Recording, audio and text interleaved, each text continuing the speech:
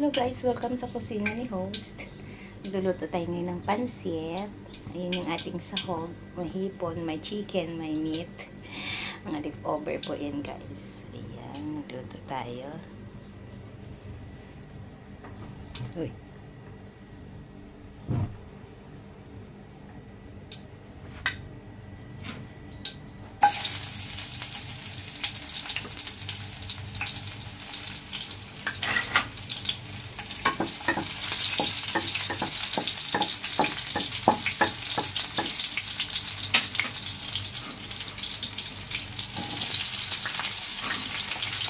Ilagay ko na sa lahat guys kasi masisira lang siya.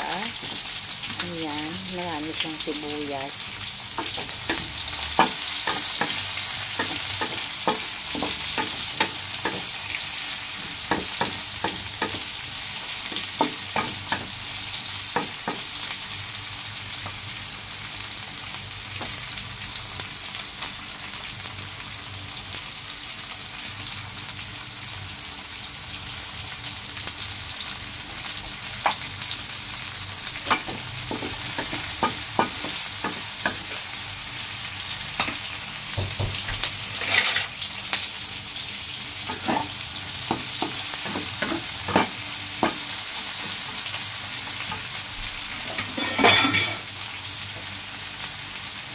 Ilagay natin yung sahog natin, sari-sari. Diba?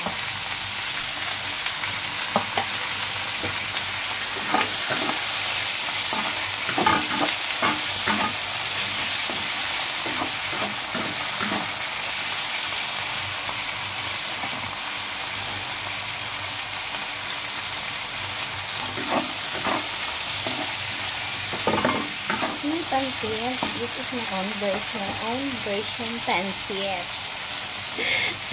Happy Sunday po sa lahat.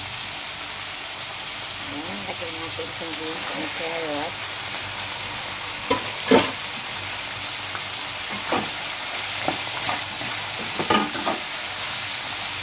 Yung ating sahog guys is may templa na siya.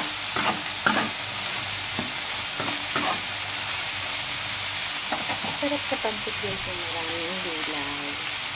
Ayan po.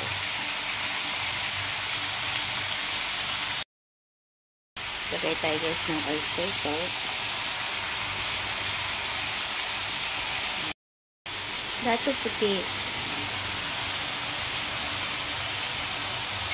Magtansya lang kayo guys. Tansyahin nyo lang kung gaano para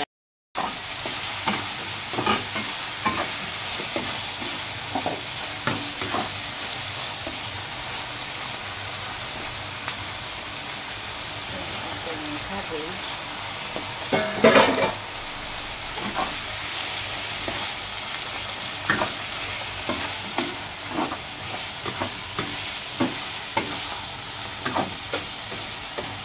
Punta ko ng supermarket kagabi, walang repolyo, so bumili ako na lang ng bok choy or pechay na maliliit.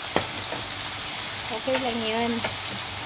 Nasa trip na lang yun. Pansit is my own version. Pansit. Ayan guys, marami siyang sahog. May hipon siya. May chicken. May meat. Mga leftover, pwede natin itabi guys at ating ihalo sa ating mga ulam. Diba? Ganun lang yung picnic natin sa buhay natin para wala tayong naitapon kasi sayang, di po ba? Ayan. Sa panahon ngayon bawal magtapon, bawal po magtapon ng pagkain dahil sa mahal ng bilihin. Ayan. And then itabi muna natin siya guys para hindi siya malustak. Kagisa natin ng gulay ay set aside natin and then pilitan ng siya, ilagay natin ng ating pansit.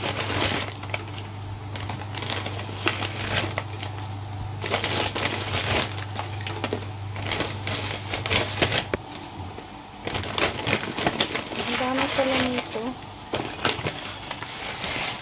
Ayan.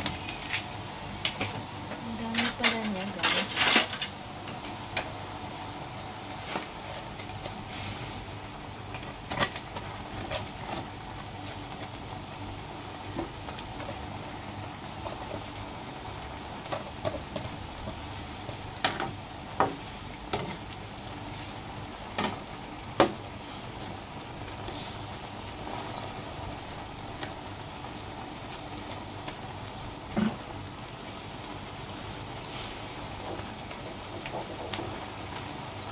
kailangan bago ilagay guys is timplado na yung kanyang sabaw para po maging malasa na po siya.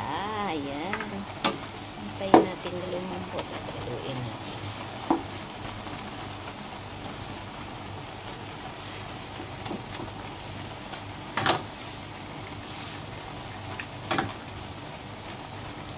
Walang kamatayang pansit. Pansit daw po ay pampahaba ng buhay. Pag may birthday, lagi pong may ganito, may pansit. Ano po.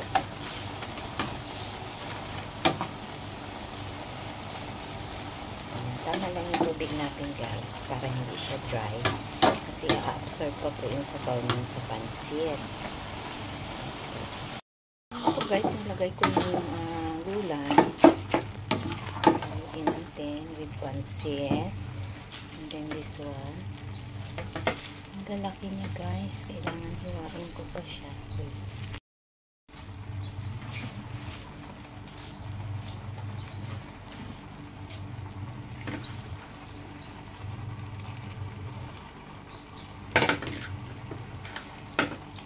Diba? Halo-halo siya. Masarap siya guys pag maraming gulay yung ating pansit. Nahirapan ako maghalo guys kasi yung paghawak ng aking phone. Ayan, marami siyang sahog. Ayan po.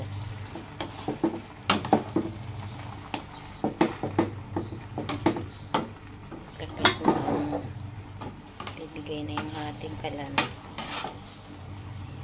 Haluin lang siya.